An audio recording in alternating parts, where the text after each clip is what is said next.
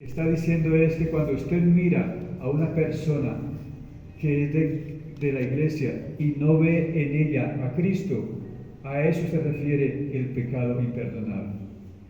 ¿Cuál es el pecado imperdonable? El pecado de tomar la Santa Cena indignamente. ¿Cuál es el pecado de tomar la Santa Cena indignamente? No reconocer a Cristo en esa persona. Es despreciar a las personas. Es despreciar a las personas. Es no mirar que Cristo está en esa persona y que, porque Cristo dijo, tuve hambre y me diste de comer. Estuve sin ropa y ustedes me dieron vestido. Estuve en la cárcel y ustedes me visitaron. Y ellos van a decir, Señor, pero nunca te vimos así. Y es que les dice, cuando a uno de ellos, y se refiere a su iglesia, cuando a uno de ellos lo hizo, a mí lo hizo. Cuando a uno de ellos lo hizo, a mí lo hizo. ¿Y eso qué significa? Que para Cristo, cada persona que ha creído en Él, es Él. Cuando a uno de ellos lo hizo, a mí lo hizo. Y cuando la persona menosprecia a otra, es cuando se toma la cena indignamente. Porque si alguna persona que es cristiana ha pecado, ¿qué debe hacer para ser restaurado? Pedir perdón, confesar. Tomar la Santa Cena. ¿Qué es tomar la Santa Cena? Es decir, Señor, por este pecado no puedo hacer nada.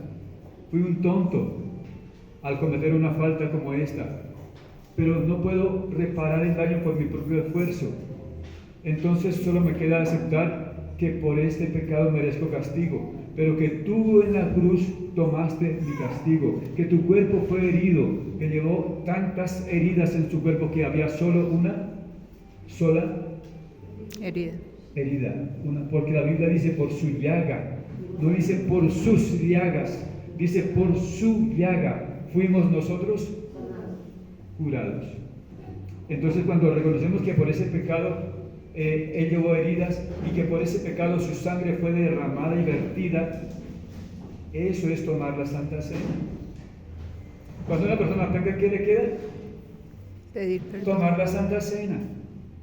Es decir, aceptar que por su muerte en la cruz es perdonado ese pecado. Es confesar ese pecado a Él y decirle, Señor, no puedo hacer nada, recibo tu perdón en virtud de tu muerte y resurrección. Eso es lo que se debe hacer. Eso es lo que se debe hacer cuando hemos cometido una falta. Normalmente, cuando una persona comete una falta, ¿qué es lo que hace dentro de nuestra congregación? ¿O qué le ha pasado a usted? Dice, no, yo no voy a ir a la iglesia, hoy es Santa Cena. Menos, hoy es Santa Cena. No voy por allá, pero ni siendo cierto. ¡Qué vergüenza! ¿Cómo yo podía tomar la Santa Cena? Yo no voy a hacer eso. Me enseñaron que tomar la Santa Cena hacer eso es tomarla indignamente. No, yo no voy por allá. La vergüenza me impide ir. Menos tomar el pan y el vino. Hacen todo lo contrario a lo que es correcto. Entonces, tomar la Santa Cena indignamente no es cometer un pecado, sino menospreciar a las personas, verlas menos que a Cristo mismo y verlas por alguna razón menos que ellas mismas y menos que a Cristo mismo. Eso es tomar la Santa Cena indignamente. Tomar la Santa Cena indignamente sería decir, Señor, hoy reconozco mis pecados, hoy acepto que merezco castigo, pero hoy entiendo que tú me amas tanto, que tomaste mi lugar en la cruz, tomaste mi castigo, sufriste heridas para que yo tenga sanidad en mi cuerpo, derramaste tu sangre para que mis pecados sean purificados, limpiados, quitados, borrados, y donde tú los olvidas. Entonces, ¿cómo no tomar la Santa Cena? En lugar de aislarse de la reunión, en lugar de negarse a ir al culto, en lugar de negarse de venir a la iglesia, a saludar a sus hermanos que son Cristo, que son uno con Él, entonces es que tiene que venir con más prontitud, con más urgencia. Como la urgencia cuando una persona, como cuando usted se accidenta, de pronto tiene un accidente de tránsito, entonces, ¿qué es lo que hace? Pues llama a la ambulancia o llama a un taxi y ¿a dónde marcha rápido? Al hospital. Al hospital, a que le curen, a que le cuiden su vida, a que le cierren sus heridas, a que le suelten sus huesos, pero va con urgencia, va con prontitud y va a urgencias. Eso es lo que una persona que es cristiana debe hacer cuando comete un pecado. Pero no negarse a tomar la Santa Cena. Y la Santa Cena es una forma de reafirmar esa fe en la obra de Cristo Jesús. Y cuando ustedes leen en Corintios capítulo 10, capítulo 11, está hablando de la comida, que se los invitan a comer, pero siempre está hablando en relación a la Santa Cena, cómo mirar su comida. La idea es esta: cuando usted desayuna, puede tomar ese desayuno y decir: Señor, tú eres mi pan de vida, tú eres mi vino, tú eres, porque con tu sangre me has limpiado de mis pecados. Que no solamente sea una vez al mes, y la Biblia dice: cada vez que tomen este pan y beban esta copa, la muerte del Señor anuncia. Pero usted puede hacerlo no solamente cada primer domingo del mes aquí, sino que cada desayuno de cada día, cada almuerzo de cada día, cada cena de cada día, usted puede estar diciendo: Señor, estoy celebrando tu muerte y tu resurrección, estoy comiendo del pan de vida, tú eres mi pan de vida, tú eres el vino que me recuerda que tu sangre fue derramada en la cruz. No se limite a tomar la Santa Cena una vez al mes acá. Y pudiéramos también pensar: bueno, no solamente va a ser cada mes, sino cada 8 días. Lo cierto es que hoy usted está una vez más reafirmando un concepto de quién es Cristo. ¿Quién es Cristo? ¿Quién es Cristo? Lo leímos ya, lo comentamos ya, ¿cierto? Mateo 25 es donde está diciendo Jesús: tuve hambre y me diste de comer, tuve sed y me diste de beber, estuve desnudo. Y entonces hay dos grupos de personas: unos que atendieron a Él, otros que despreciaron a Jesús. No le dieron vestido, no le dieron comida, no le visitaron. Ellos dirán: Señor, nunca te vimos así, no podíamos ayudarte porque nunca te vimos así. El que le dice: cuando a uno de ellos no lo hizo, a mí no lo hizo, apartados de mí. Es el pecado de no ver a Cristo en las personas, y aún en las personas que no son cristianas. Aún en las personas que no son cristianas. Porque Jesús nunca vio a un Saulo. ¿A quién vio? A Pablo. A un Pablo. Y por eso le insistió y se presentó a él personalmente.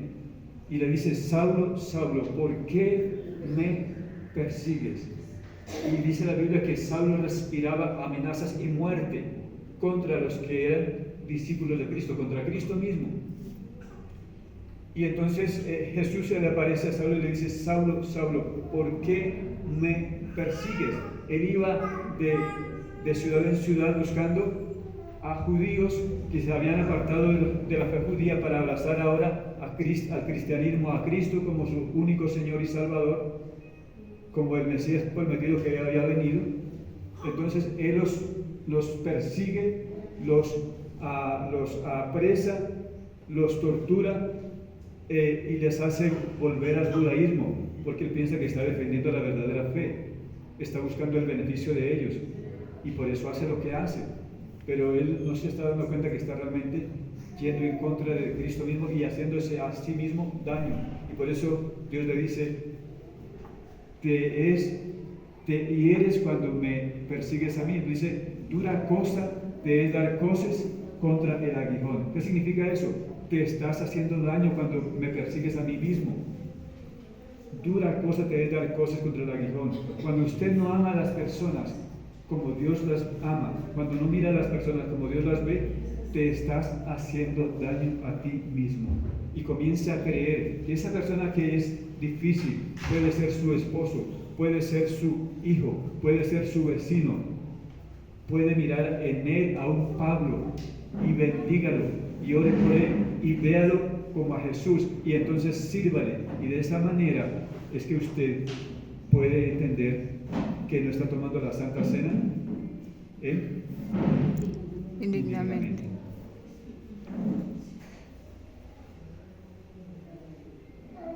Pablo lo entendió. Saulo, Saulo, ¿por qué me persigues? Según esa frase, Cristo está diciendo,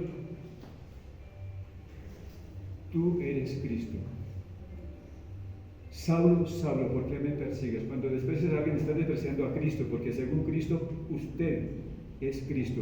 La Biblia dice, el que se une al Señor es un espíritu con Él. El que se une al Señor es un espíritu con Él. Está en 1 Corintios capítulo 6, verso 17. El que se une al Señor es un espíritu con Él. El que se une al Señor es un espíritu con Él. ¿El ser humano qué es? ¿Qué es el ser humano? Un espíritu que tiene Un alma y vive en un cuerpo. El ser humano es un espíritu que tiene alma y vive en un cuerpo. En 1 Tesalonicenses 5:23 dice, y todo vuestro ser, espíritu, alma y cuerpo sean guardados irreprensibles para el día de su venida. Y todo vuestro ser, espíritu. ¿Qué es su ser? ¿Quién es usted? Un espíritu que tiene alma y vive en un cuerpo. Su cuerpo no es su ser, es la casa de su ser, pero usted es espíritu. Entonces la Biblia dice, el que se une al Señor es un espíritu. Y es lo que yo entiendo por salvación.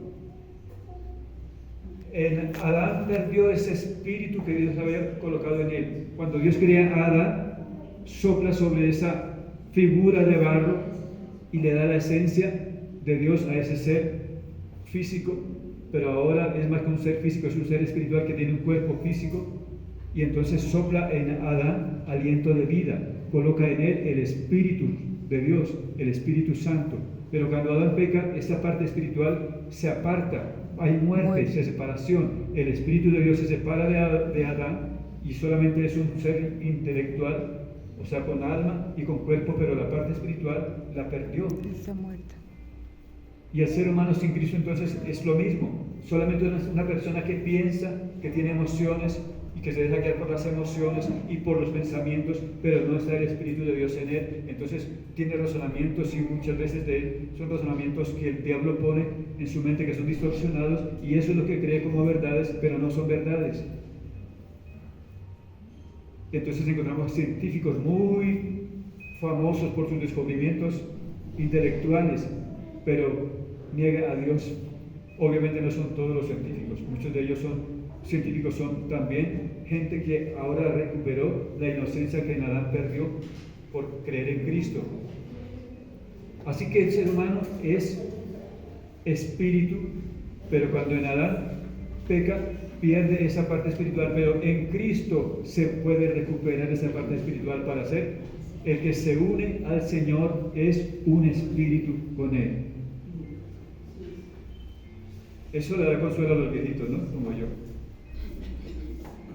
que ven el espejo y el espejo asusta ahora y dicen, ay, cuando yo era joven, entonces ya no quiere el espejo. No le preocupa ya porque está diciendo, yo soy espíritu, y un día mi cuerpo será resucitado y tendré los años y la juventud que antes tuve, pero soy espíritu, y en eso es que se regocija. No se regocija sino en Cristo Jesús, en su verdadero ser. Y cuando las personas entienden de esa forma de amor, entonces quieren están impregnados de ese amor de Dios. Me amó tanto que se hizo hombre, que sufrió heridas, tantas heridas, que había solo una sola llaga, y entonces derramó toda su sangre y sufrió tanto, no solamente la parte física, sino el desprecio de los hombres, sino el desprecio aún de Dios mismo, porque Dios tuvo que alejarse de él, y por eso Jesús clama en la cruz: Padre, ¿por qué me has abandonado? Padre, ¿por qué me has abandonado? Es que el pecado trae separación, y él sufrió la separación, el distanciamiento de Dios. El mayor sufrimiento de Jesús no fueron los clavos. El mayor sufrimiento de Jesús no fue sentir la corona de espinas. El mayor sufrimiento de Jesús no fue sentir los azotes que rasgaron su piel y no dejó nada sano en su cuerpo. El mayor dolor de Jesús fue sentir que Dios se separó de él, porque nunca había experimentado esa separación, y ahora con angustia y dolor suplica y reclama: Padre, ¿por qué me has abandonado? Y entonces él estaba allí sufriendo, y ese es el gran amor de Dios, que él se hizo pecado por nosotros para que nosotros seamos la justicia de Dios. Y el Evangelio consiste exactamente en eso, no solamente en que Dios perdonó mis pecados, no solamente en que soy libre del infierno. El Evangelio no es solamente decir voy al cielo, el Evangelio es decir mi identidad es Cristo. Y por eso Pablo dice: ya no vivo yo, mas Cristo vive en mí, y lo que vivo, lo vivo en la fe del Hijo de Dios, el cual me amó y se entregó a sí mismo por mí. Entonces el Evangelio no es solamente decir soy perdonado y voy al cielo. El Evangelio es decir soy uno con Cristo, mi identidad es Cristo. En eso es que consiste el Evangelio para el apóstol Pablo, y en eso debe consistir su mensaje de salvación. Y por lo tanto no podemos menospreciar a nadie. El miércoles pasado yo estuve leyéndoles algo de este libro acerca del devocional extremo, y les leí algunas 5 cartas extremas acerca de cuando la gente entiende el amor de Dios. Cuando la gente entiende el amor de Dios. Voy a recordarles esas mismas cartas, y los protagonistas son 2 jovencitas, muy jovencitas ellas.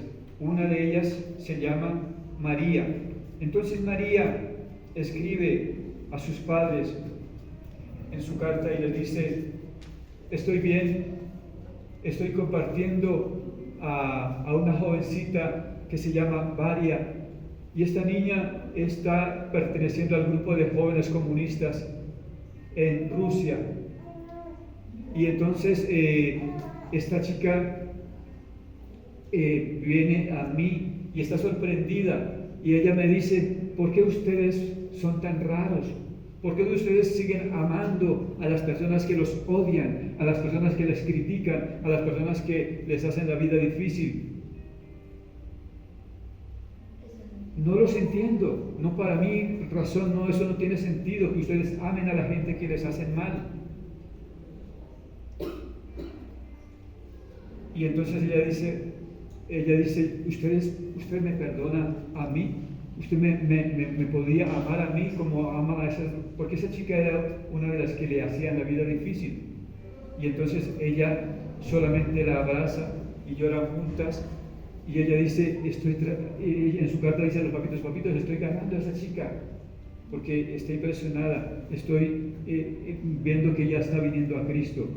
Es un país comunista. En ese país comunista es un delito creer en Cristo, es un delito tener la Biblia, y eso lleva a cárcel, y predicar de Cristo también lleva a cárcel y lleva a tortura, y muchos de ellos los desaparecen. En ese ambiente está escribiéndose esa carta, y esta chica está amando a estos jóvenes comunistas porque es una jovencita cristiana, y ella dice, es que yo le responde a la chica que le dice, no entiendo por qué ustedes nos aman si les hacemos tanto daño. Ella dice, es que Dios nos enseñó a amar, no solamente a las personas buenas que nos ayudan, que nos aman, que nos consienten, sino también a las personas que nos hacen mal, para que ellos vean a Cristo en nosotros, para que ellos vean a Cristo en nosotros. Ella estaba entendiendo que ella tenía que reflejar a Cristo porque ella es Cristo. Y ese amor de Cristo, la Biblia dice, el amor de Dios ha sido derramado en nuestros corazones. El amor de Dios ha sido derramado en nuestros corazones cuando vino el Espíritu Santo a hacer morada en nosotros. ¿Cuántos tienen el amor de Cristo derramado en sus corazones? Amén. ¿Y cuánta gente está viendo ese amor de Cristo hacia ellos? Cuando usted entiende que esas personas son amadas por Dios, usted entonces hace posible que ellos sepan que ellos son amados. ¿Y cómo lo muestran? Con el amor de ellos. Es el amor de Cristo.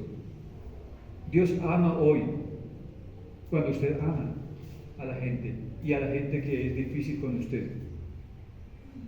Entonces, de eso consiste la primera carta de esta chica María, y está contenta diciendo a los papitos: sigan orando por ella para que ella realmente culmine su fe, su devoción a Cristo y su fe en Cristo. En la segunda carta, entonces, ella escribe diciendo exactamente cómo esta chica ahora es cristiana. Su amiga Varia ahora es cristiana. Y entonces ella está narrando es cómo ella en cierto momento va a la reunión de jóvenes con su amiga María, y esta chica recién convertida por María va a la reunión de jóvenes comunistas, y allí no canta el himno de los jóvenes comunistas como es tradición en sus reuniones, y se niega a hacerlo, y luego con valentía pasa al frente y les dice cómo ella recibió a Cristo, y canta una canción que exalta a Cristo en la cruz. Su amiga le ha advertido que no lo haga, pero ella lo hace con valentía, y entonces después de que ella les habla de Cristo y los reta a que dejen el pecado y que confíen en Cristo como su Salvador, y canta su himno con una voz extraordinaria, entonces los policías comunistas la llevan arrestada y la desaparecen. Eso es lo que contiene la segunda carta. Una chica recién convertida, jovencita, no tiene sino como unos 19 años. Entonces, en su tercera carta, María le escribe otra vez a los papitos y le está diciendo de su preocupación por esta chica que hace 3 meses no se sabe nada de ella.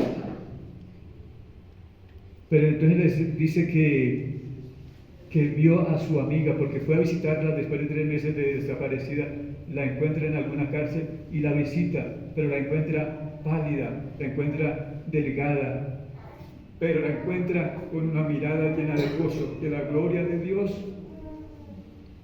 A pesar del sufrimiento que está pasando y del hambre que está soportando y del trabajo forzado al que le están sometiendo, ella está llena de gozo. Y entonces en esa carta cuenta que a los papitos les cuenta que esa chica que está allí delgada, que está pálida, pero que está llena de la gloria de Dios, le han dictado todas sus pertenencias que ella les había dado, porque esta niña María hace varias veces recolectas y envía esas cosas a esta niña que está en prisión, pero lo que llega a ella, no llega a ella, se la decomisan y se queda con los guardias y la roban. Pero entonces ella cuenta cómo le preguntó a su amiga si ella se arrepentía de lo que había hecho de predicar a los jóvenes comunistas, y ella dice: no me arrepiento. Si me dejan en libertad de nuevo, lo haría otra vez. No creas que estoy sufriendo. Me alegro de que Dios me ame tanto y me dé el gozo de resistir por su nombre. Le doy gracias a Dios que tenemos la paz. Así que esta chica no está sino dispuesta a seguir mirando a los demás como a Cristo mismo, pero que aún no son cristianos, y les habla de Cristo y está dispuesta a volver a hacerlo. Y esa es la tercera carta. En la cuarta carta están narrando acerca de Varia. Ya no es María la que escribe las cartas, es su amiga en la cárcel que le responde. Y entonces en esta carta le está comentando a su amiga María cómo en la cárcel donde está la obligan a trabajar 13 horas diarias, y comparte celda con una anciana que también es cristiana, pero la anciana está enferma y ella le toca hacer el trabajo de las dos, y si no cumplen la tarea las castigan y les ponen más trabajo y entonces eso hace que ellas se esfuercen bastante, pero aún así ella está contenta de estar allí sirviendo a Dios y dice, yo sé por quién sufro y tengo propósito en mi vida. Ella dice, en el trabajo me maldicen y me castigan porque no puedo estar callada. ¿Cómo podía estarlo? Mientras puedo hablar, le testificaré a todo el mundo del gran amor de Dios. Y la última carta, entonces ella está diciendo otra vez a su amiga María, cómo ella está pidiéndole perdón por el tiempo que le hizo sufrir a su amiga María cuando era cristiana, y le agradece porque ella le habló de Jesús, y le cuenta cómo la noche anterior se escaparon unas 8 personas, inclusive ella, al río helado, porque estamos hablando en Rusia, en un país donde pues hay nieve y bueno, en los tiempos de invierno se pone frío, más frío, pero han sido bautizados esa noche a escondidas en la misma cárcel. Y entonces en esa carta está escribiendo cómo ella está muy gozosa porque ha sido bautizada, y agradece porque la Biblia, entre los paquetes que la niña María le han enviado una Biblia, y agradece profundamente por su Biblia. Pero después de esa carta nunca más se supo de María. La desapareció por ser cristiana, y nunca estuvo dispuesta a callar lo que ella era en Cristo para que otros vinieran a esa misma fe. Y yo no sé si usted tiene tanto amor por su familia, por sus amigos, que no cesa de predicarles y no cesa de orar a Dios por ellos, para que ellos tengan una fe tan fuerte como la de su discípula, la de su amiga María. Necesitamos personas que amen a Dios con todo su corazón. Necesitamos personas que prediquen a tiempo y fuera de tiempo, pero que lo hagan en espíritu de amor, con fe, esperando ver resultados de su oración, ver personas cristianas consagradas a Cristo. No podemos seguir en nuestra indiferencia. No podemos seguir en nuestra indiferencia espiritual. Si somos de Cristo, podemos hablar de su amor, de su salvación, de su perdón, de su sangre derramada, de sus heridas abiertas para darnos sanidad. No podemos dejar de hablar ese mensaje. No podemos. Si somos de Cristo, no podemos. Si usted entiende que usted es cristiano y uno con Cristo, entonces no dejaría de hablar a tiempo y fuera de tiempo. Necesitamos discípulos. Oremos a Dios por discípulos que sean tan fieles como María. Y seguramente que esa María está esperando que usted le hable para que llegue a ser lo que usted quiere que sea. Pero prediquemos, pero creyendo. Prediquemos creyendo que nuestra oración sí tiene resultados. Predicamos esperando resultados y ver personas consagradas a Dios. No las vea más como el indigente que camina por las calles. No vea más al indigente, vea al predicador. No vea más al indigente, no vea más al adicto a las drogas, vea al evangelista. No vea más a la persona que está llena de idolatría, vea al que adora a Cristo y predica de Cristo a tiempo y fuera de tiempo. Vea con los ojos de la fe, mire más allá. La Biblia dice que Dios llama las cosas que no son como si fuesen. Dios llama las cosas que no son como si fuesen. Dios llamó a un idólatra, a un hechicero, a Abraham, lo sacó de Ur de los Caldeos y lo convirtió en el padre de la fe, y lo convirtió en el padre de Cristo. Sería de sus generaciones nació Jesucristo, y esa fue la gran promesa que Dios le dio a Abraham, que de su descendencia serían benditas en esa descendencia, en su descendencia, todas las naciones de la tierra. Y estaba hablando de Cristo, a través del cual somos benditos todas las personas de todos los países del mundo. Veamos a las personas como Dios las ve.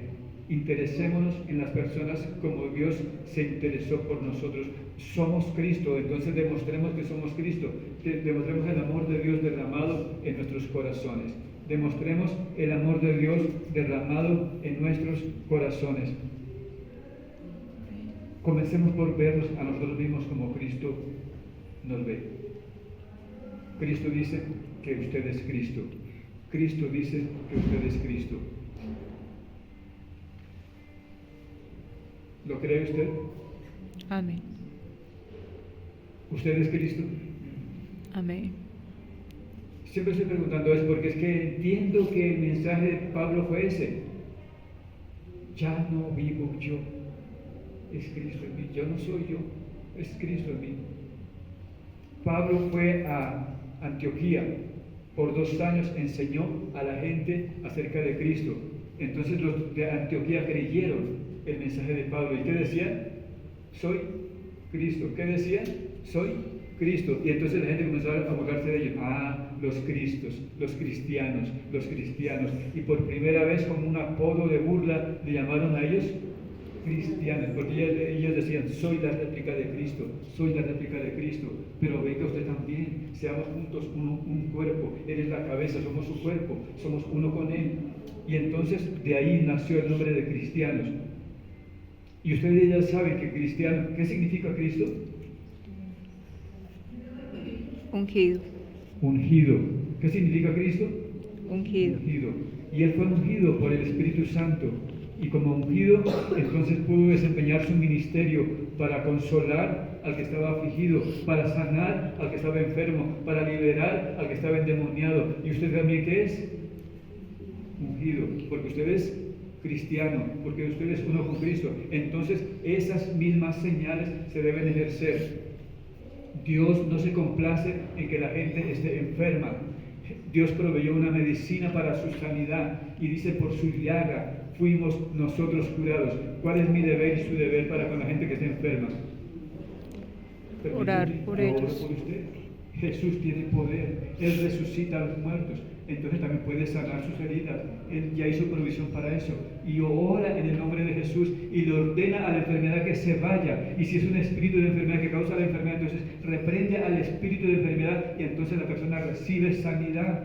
Y si está endemoniado, ¿qué tiene que hacer? Pues déjeme orar para que ese demonio se vaya y entonces la persona va a recibir liberación. Eso fue lo que hizo Cristo. Liberó a los endemoniados, sanó a los enfermos, multiplicó el pan, dio provisión a la gente. Como Moisés lo hizo también. Proveyó Moisés para su pueblo sediento el agua, y el agua salió de la roca. Milagros. Y no tenían carne, y dijeron, ¿cómo quisiéramos carne? Y Dios les dio codornices y tenían para que aún se indigestaron de comer carne, donde no podía ser posible tener carne.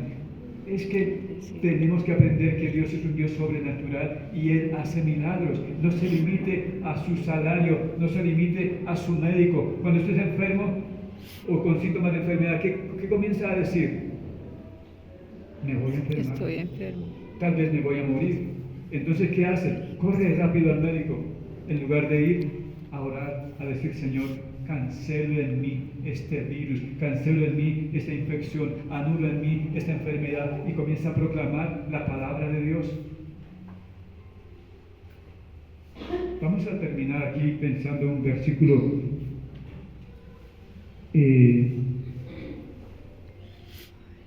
Romanos 4. Le voy a pedir que me ayuden. Romanos 4, el 19.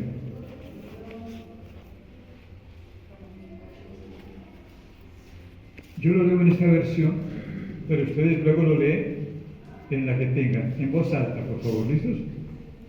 En esta versión dice, la fe de Abraham hubiese sido anulada si él tuviese que considerar su propia edad y la esterilidad del vientre de Sara. O sea, él no consideró la edad de Sara ni la esterilidad del vientre de Sara, ni consideró su cuerpo de 100 años, y la esterilidad de Sara no lo distrajeron en lo más mínimo. Él supo que ninguna contribución de su parte podría asistir a Dios en cumplir su promesa. Lean ustedes en la versión suya, el 19. 4:19. 4:19, Romanos 4:19. Si no se debilitó en la fe al considerar su cuerpo que estaba ya como muerto. No es. El versículo 20 dice, mientras él tenía todas las razones para dudar de la promesa, no dudó ni siquiera un momento, sino que se fortaleció por la confianza de la fe. Él continuó proclamando la opinión de Dios. Lean el 20, por favor. Mantuvo firme su fe en la promesa de Dios sin dudar jamás. Cada día su fe se hacía más fuerte. La confianza de Abraham, el 21, la confianza de Abraham fue su vestimenta. Él no tenía dudas que el poder de Dios para hacer era igual a su promesa. La persuasión de Dios se contagió en Abraham y llegó a ser su convicción personal. Esto fue la base de su justicia. Abraham estaba seguro de que Dios sería capaz de cumplir su promesa. Él no dudó de que lo que Dios dijo era así como Dios lo dijo. Estamos hablando de la fe con la cual Abraham fue declarado justo. Estaba en Romanos 4 hablando de que Dios declaró a Abraham justo por su fe. Simplemente que él no dudó de la palabra. Y por esa fe en lo que Dios le creyó lo que Abraham le creyó a Dios, Dios lo declaró justo. No por sus hechos lo declaró justo. Lo declaró justo porque le creyó a Dios. No dudó de la palabra.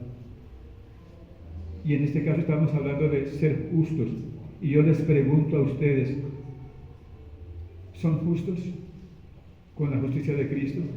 Amén. ¿Son perfectos? Amén. ¿Son sin mancha? ¿Qué me dicen?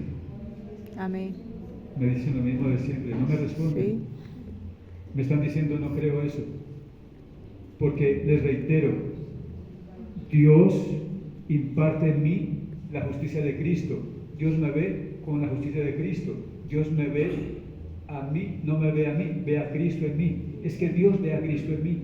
Porque la Biblia dice, estamos en Cristo. Y entonces la Biblia dice, para el que está en Cristo, no hay condenación. Estar en Cristo significa estar unido a Cristo y ser visto por Dios. Dios ve no mi justicia, sino que ve la justicia de Cristo en mí. Y por eso Dios declara, leamos para finalizar Efesios 5:25. Efesios 5:25, yo lo he citado todas las veces que predico aquí, todos los días, y me responde lo mismo, no me responden nada. Efesios. Y me preocupa. Yo digo, estoy perdiendo mi tiempo. No me he hecho 5:25. entender, no lo creen, ni siquiera dicen sí. Ni siquiera dicen sí, pero tampoco dicen no. Efesios 5:25. Porque es lo que Dios, es porque queremos tener la escritura, porque Abraham no dudó de la palabra, que él dijo, es como Dios lo dijo, no importa si soy de 100 años, que no tengo erección, no importa si mi esposa es estéril que no puede concebir, no importa si mi esposa es anciana también, Dios me dio un hijo. Y él mismo se llamó, Dios mismo le cambió el nombre. ¿Cuál era el nombre de Abraham? Abraham. Sin la H, sin la doble A, era Abraham. Padre enaltecido. Pero Dios le dijo, no te llamarás Padre enaltecido, te llamarás Padre de multitudes. Y él, 25 años llamándose así, todas las mañanas, todas las tardes, a toda hora, se cambió el nombre, así que la esposa siempre le estaba recordando Abraham. Cada vez que era la hora del desayuno, le llamaba por su nombre, Abraham, padre de multitudes, y no tenía ni un solo hijo, pero él siempre estuvo creyendo que él era padre de multitudes, porque él creyó que era como Dios decía. Él no creyó su propio invento, él no se lo creyó porque él lo dijo, él lo creyó porque Dios lo dijo. La palabra, él la creyó, y Dios te dice, eres la justicia de Dios y no la crees. Tiene la palabra reiterada, vez tras vez, cada vez que estamos aquí miércoles, domingo, miércoles, domingo, eres la justicia de Dios, eres la justicia de Dios, eres justo, eres santo, Amén. eres sin mancha, Amén. eres sin contaminación, Amén. y no me dice nada. No están creyéndola, porque la palabra se confiesa, la palabra se confiesa, la palabra se confiesa. Si confiesas con tu boca, debes confesar la palabra. Vamos a leer Efesios 5:25 para que usted todos los días esta letra le ponga canción, le ponga música, le ponga ritmo, le ponga el ritmo que usted quiera, pero créalo. Efesios 5:25. En esta versión dice para los esposos, para los maridos. Esto significa, ame cada uno a su esposa. Y ahí va la palabra para usted como iglesia. Cristo amó a la iglesia. ¿Quiénes son la iglesia?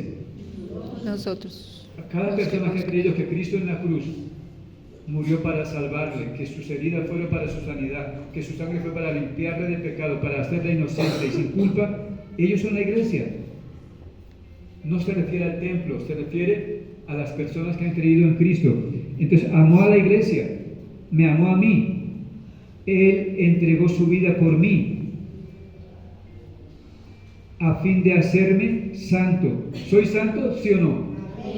Él me hizo santo. No me hice santo yo. Él ya me hizo santo y Él me declaró santo.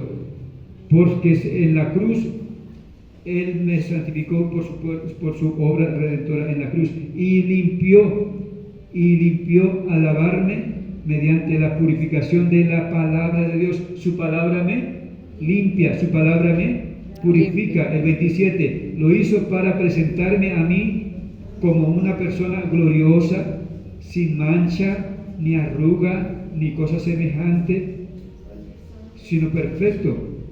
Será en cambio santa e intachable. Ese soy yo.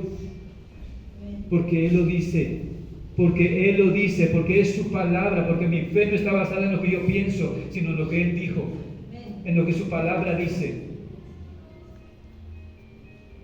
Si usted no se ve así, usted no es iglesia.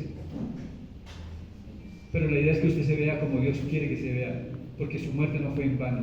Porque dice Pablo, yo no hago vano en la cruz de Cristo, porque yo sé en quién he creído. Y yo sé lo que Él dijo, y yo creo lo que Él dice. Y yo creo lo que Él dice. Y yo creo lo que Él dice. Véase así, como Efesios 5:25, glorioso, santo, sin mancha, sin contaminación, porque es lo que hizo por su iglesia y por su palabra. Él lo dijo. Su palabra es la que me califica para estar en esa posición. Abraham no dudó que sería así como Dios lo dijo. No consideró, no pensó, no analizó sus circunstancias.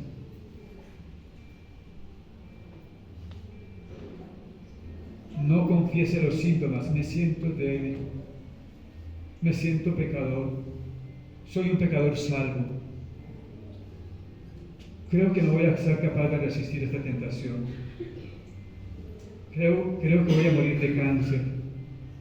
Creo que mi familia no va a ser restaurada. Cada día lo veo peor. No confiese los síntomas. No confiese la circunstancia que ven sus ojos. Confiese la palabra. Dígale, Señor, tu palabra dice, clama a mí, yo te responderé. Señor, yo estoy clamando por mi familia. Yo confieso en ellos que el poder del diablo se rompe y entonces no van a seguir en esa esclavitud de adicciones. O usted confiesa la palabra y comienza usted a decir, Abraham fue un guerrero. Él peleó por lo suyo. Se armó de un ejército de esclavos y fue y conquistó a 5 reyes y los derrotó y les quitó lo que había quitado a Lot, restauró a Lot y le restauró a los reyes lo que era de ellos, y de eso que había ganado allí en esa guerra dio el diezmo. Él peleó su batalla.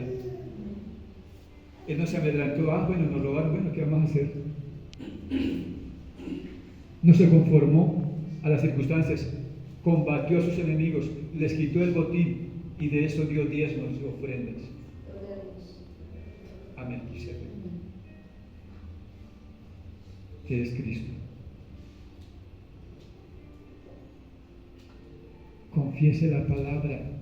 No confiese sus síntomas, no confiese sus circunstancias, no confiese lo que ven sus ojos, no diga lo que el médico dice, Diga, el médico tiene razón porque es humano y se limita al diagnóstico físico que dan las máquinas, pero yo revierto ese diagnóstico.